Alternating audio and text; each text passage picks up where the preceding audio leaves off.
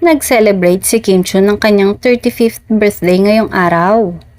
Inaabangan ng marami sa Instagram page ni Paula Avellino ang pagbati niya sa aktres.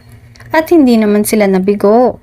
Isang maiksi ngunit sweet na pagbati ang binahagi ni Paolo para kay Kim sa pagdiriwang ng kaarawan nito.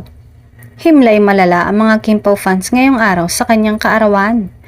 Nagpaabot ng pagbati ang aktor sa kanyang social media post at ipinakita ang larawan ng aktres. Bago pa ang kanyang kaarawan ay sinurprise na siya ng staff at co-stars niya.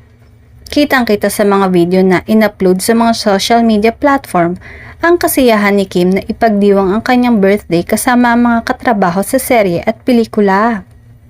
Sa comment sections ng IG post ni Kim ay bumahari ng pagbati para sa aktres, hindi lamang mula sa mga tagahanga niya, kundi mula rin sa mga kaibigan nila sa showbiz.